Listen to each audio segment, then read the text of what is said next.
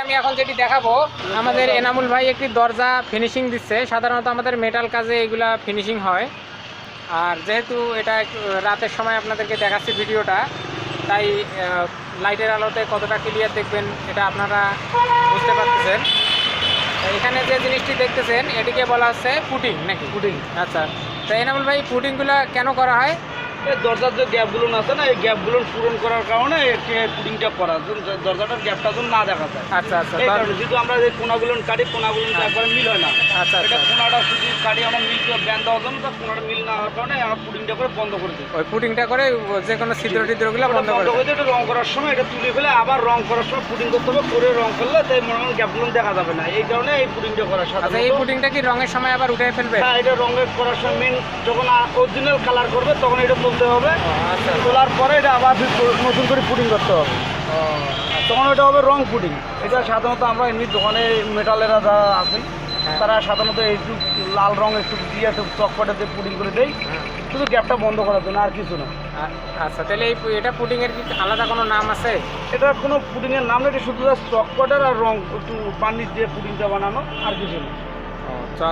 চক powder, varnish আর রং, এই তিনটা mixed করে পুডিংটা বানানো। হ্যাঁ, পুডিংটা বানানো। এটা শুকাইতে কতক্ষণ সময় লাগে? এটা শুকিয়ে গেছে, আর কোনো সময় নেই।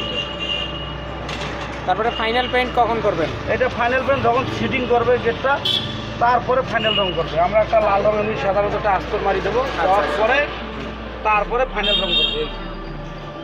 আচ্ছা, তাহলে আমরা রংটা করে দিই, যেটা রং করে দিই এটা জাস্ট যখন পানি টানি পড়ার পরে যখন জং না আসে, এই কারণে আমরা লাল রঙটা মারি দিই, এই পুডিংটা করি। এই দরজাটার স্টিলের চৌকাঠ না, এটা একমাত্র এটা অ্যাঙ্গেলের ফ্রেম। এটা বাইরে একটা মেন দরজা, এটা তো ঝুলে নিলাম হবে। এটা ভেতর সাইড, বাইক সাইড ওই সাইডে হবে। ওই সাইডে কি ফিনিশিং দেওয়া হয়েছে? হ্যাঁ, ওই সাইডে ফিনিশিং আছে। একটা লক লাগিয়ে দেওয়া আছে, এটা সাধারণত এমনি অটো লক বলে। কেউ বাইরে গেলে মনে করে এটা লাগিয়ে দিয়ে চলে গেলো, তো দরজাটার মেলাম থাকলো না, এখানে এটা দেওয়া।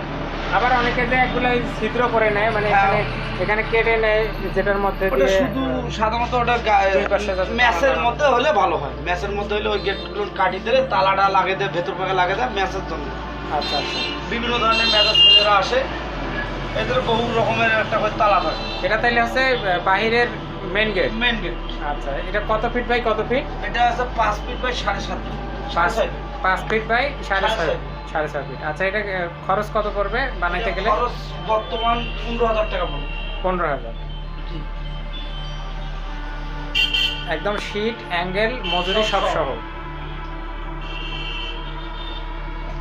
দর্শক মন্ডলী, আমাদের এটা হচ্ছে এশা এভা মেটাল। কতদিন আপনাদেরকে যেখানকার ভিডিও দেখিয়েছি, অবশ্যই আপনাদের প্রয়োজন হলে দোকানে আসবেন, এসে এখান থেকে যে কোনো ধরনের দরজা, জানালা, স্টিলের সব কিছু বানিয়ে নিয়ে যেতে পারবেন।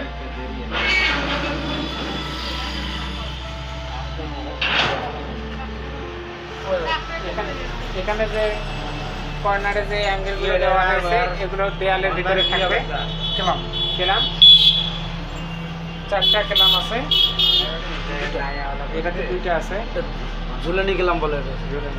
তাহলে এখন দেখা যাচ্ছে যে আমাদের সব জায়গায় সঠিকভাবে পুটিং দেওয়া হয়ে গেছে, কোথাও কোনো ফাঁকা জায়গা নেই। এখন এর উপর দিয়ে ফাইনাল রং করা হবে।